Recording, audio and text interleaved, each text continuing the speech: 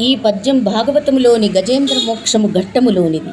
పృథుశక్తిన్ గజమాజల గ్రహముతో పెక్కేండ్లు పోరాడి సంశిథిలంభై తనలావు వైరి బలమున్ చింతించి మిథ్యా మనోరథమింకేటికి దీని గెల్వ సరిపోరం జాలరాదంచు వ్యధమై ఇట్లను పూర్వ పుణ్యఫల దివ్య జ్ఞాన సంపత్తితో.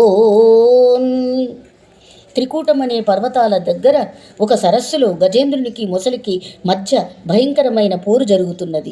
మొసలి గజరాజు కాలును పట్టుకుని నీళ్లల్లోకి లాగుతున్నది. గజరాజు ముందుకు ఒడ్డుకుపోవడానికి విశ్వ ప్రయత్నం చేస్తున్నది. ఎంతో గొప్ప బలంతో గజరాజు చాలా కాలం ఆ మకరరాజుతో పోరాడి చివరకు తన శరీరం చాలా చితికిపోయి తన సత్తువును శత్రువు మొసలి బలాన్ని పోల్చుకుని ఆలోచించసాగింది. దీనిని ఓడించటానికి లేదా దీనితో సమానంగా పోరాడడానికి నాకు సాధ్యం కావటం లేదు, అడియాస ఇంకెందుకు అని దుఃఖించి పూర్వజన్మ పుణ్యం వలన కలిగిన మేలైన దివ్య జ్ఞానం వలన ఆ గజము తనలో ఈ విధంగా అనుకున్నది అని ఈ పద్యంలోని భావము.